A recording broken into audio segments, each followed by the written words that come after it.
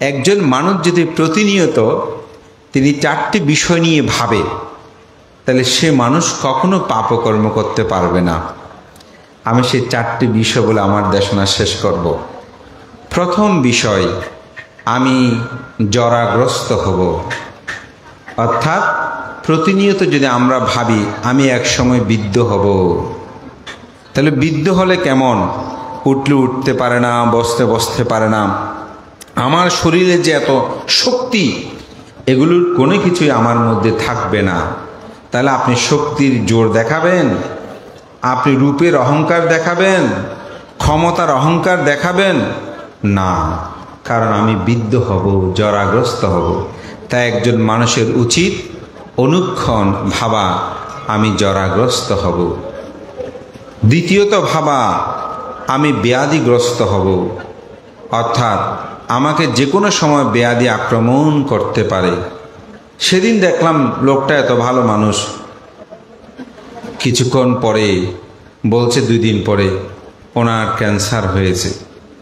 বেশি দিন না, 3 মাস মাত্র বাঁচবেন। কি সুন্দর সুষম দেহের অধিকারী।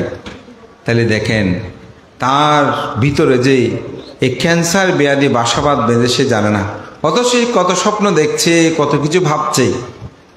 আপনি যদি এগুলো ভাবেন, কখনো আপনি শরীর নিয়ে অহংকার করবেন, শক্তি নিয়ে অহংকার করবেন না। এটাই বুদ্ধির শিক্ষা। তৃতীয়ত মরণ চিন্তা, আমার যে কোনো সময় মৃত্যু হবে। আমরা এখন সবাই বসে আছি, যদি আপনাদেরকে বলি আপনাদের বেঁচে থাকার টাইম আছে মাত্র 5 মিনিট, 5 মিনিট পরে এখানে সবাই মরে যাবেন। চারিদিকে ধরেন অস্ত্র নিয়ে বসে আছে, খেয়ে কী করবেন করে নেন। দেখেন আমার ধর্ম কথা আপনারা শুনবেন? কোনো দিনও না। মরণ চিন্তায় আপনি বিহ্বল হয়ে পড়বেন। আপনার পক্ষে কোনো পাপকর্ম করা সম্ভব না, কোনো দিনে সম্ভব নয়। বলে সেই মরণ চিন্তাটা করবেন। চতুর্থ চিন্তা করবেন মৃত্যুর পরে আমি কোথায় যাব। এই জীবনটা কিন্তু শেষ জীবন নয়। পৃথিবীর বিবিধ ধর্ম দর্শন আছে, সব ধর্ম দর্শনে কিন্তু জন্মান্তর আছে। হয়তো একজন মুসলিম শুনলে বলবে যে এই ভান্তে কি বলে, মুসলিম জন্মে তো জন্মান্তর নেই। আছে, আমরা যেভাবে বারবার জন্মগ্রহণ করি সেরকম নাই, কিন্তু ওনাদের আখিরাতে একটা বিচার হবে। তো বিচার মানে তখন তিনি সেখানে জীবিত হবেন না হবেন, তো সেখানে তো তার বিচার হবে। পৃথিবীর প্রতিটি এরকম ধর্মে একটা বিচার হয়। সুতরাং আমি মৃত্যুর পরে কোথায় যাব, আমার কি গতি হবে, আমি কিভাবে সেই আমার জীবনটাকে আমি এই বিষয়গুলো যখন মানুষ ভাবে, তখন তিনি আর কোনরূপ পাপকর্ম করতে পারে না। তাই আমাদের জীবন দর্শনে আমরা যেন পুণ্যকর্ম করি। মহাকারণিক তথাগত বুদ্ধ ঠিক এই চিন্তাটা করার জন্য এই চিবরের 6টা রং আছে। এটা বোধহয় কাঁঠাল গাছের শিকড়ের রং, ছালের রং, গুড়ার রং, পাতার রং, ফলের রং, ফুলের রং। এই 6টি রঙে, যার কারণে আমাদের কালারগুলো একটা একরকম হয়। তবে এই কালারটা এরকম কেন? আপনারা দেখবেন কোনো মানুষ যখন মৃত্যুবরণ করে তখন প্রথমে তার রংটা একটু হলদে হয়ে যায়। এই যে আমাদের সুমঙ্গল পড়েছে অনেকটা, ঠিক সে ধরনের। যখন ঘন্টা 5 অতিবাহিত হয় তখন আমি যেটা পরিধান করেছি অনেকটা সে ধরনের। যখন আরও সময় অতিবাহিত হয় দীর্ঘ, আমাদের সভাপতি যেরকম পড়েছে ঠিক সে ধরনের। আমাদের ভিক্ষুদের মধ্যে চিবর পরিধানের এরকম একটা বিষয় আছে। যেমন বর্ষিয়ান যারা মস্তবীর বা অনেক সময় উপসংগ্রাস হয়, দেখবেন ওনারা এই একটু কালো ধরনের চিবরটা বেশি পরিধান করে, কারণ ওনারা বুঝাতে চায় মৃত্যুটা আমার অতি সন্নিকটেই। তো একজন মানুষ যখন প্রতিনিয়ত মৃত্যুর চিহ্নটা তার শরীরে বহন করে, তখন তিনি আর পঞ্চকামগুণেই নিজেকে রমিত করে না। এটাই বুদ্ধির শিক্ষা, এটাই বুদ্ধের আদর্শ। তাই আজকে মহাকারণিক তথাগত বুদ্ধ পাটীয়বাসী 30 জন ভিক্ষুকে উপলক্ষ করে এই কঠিন চিবর দানের আনিশংস ব্যাখ্যা করেছেন।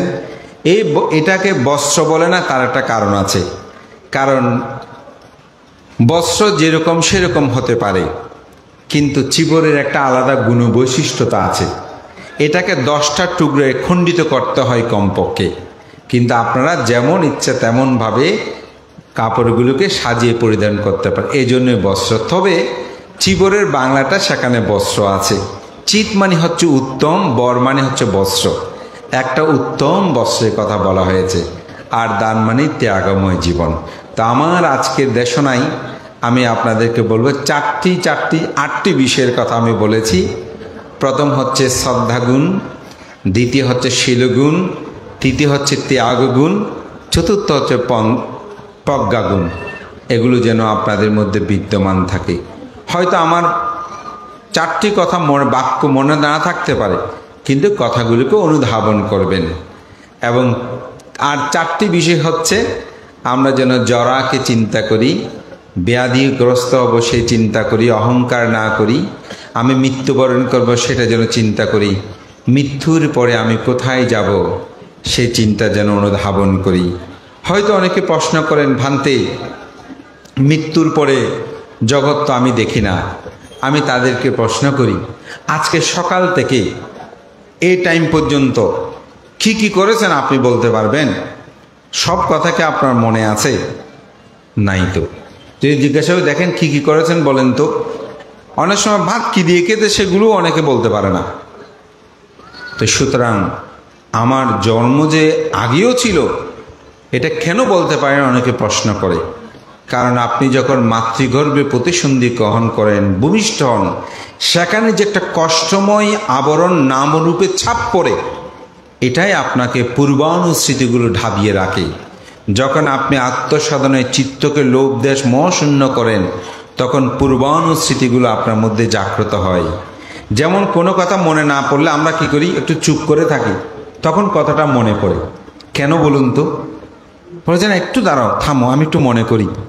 তখন আমরা মনে করি। ঠিক আপনি তো জন্মান্তর এটি মনে করার জন্য আপনি ধ্যান করবেন। ধ্যানময় জগতে যখন প্রবেশ করবেন, তখন যে আপনার জন্মান্তর এটা উপলব্ধি হবে। এটা যখন উপলব্ধি করবেন, তখন তিনি কখনো পাপকর্ম সম্পাদন করতে পারবে না। তাই এই কঠিন চিবর দান মহাকারণিক তথাগত বুদ্ধ প্রশংসিত।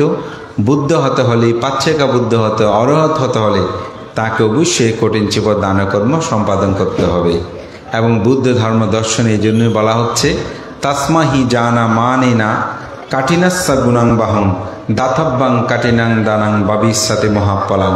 এই কঠিন চিবর দানে আনিসঙ্গ সম্পর্কে জেনে জীবনে যেন আমরা একবার হলে কঠিন চিবর দানকর্ম সম্পাদন করি, এটা আমাদের সকলের প্রত্যয় হোক।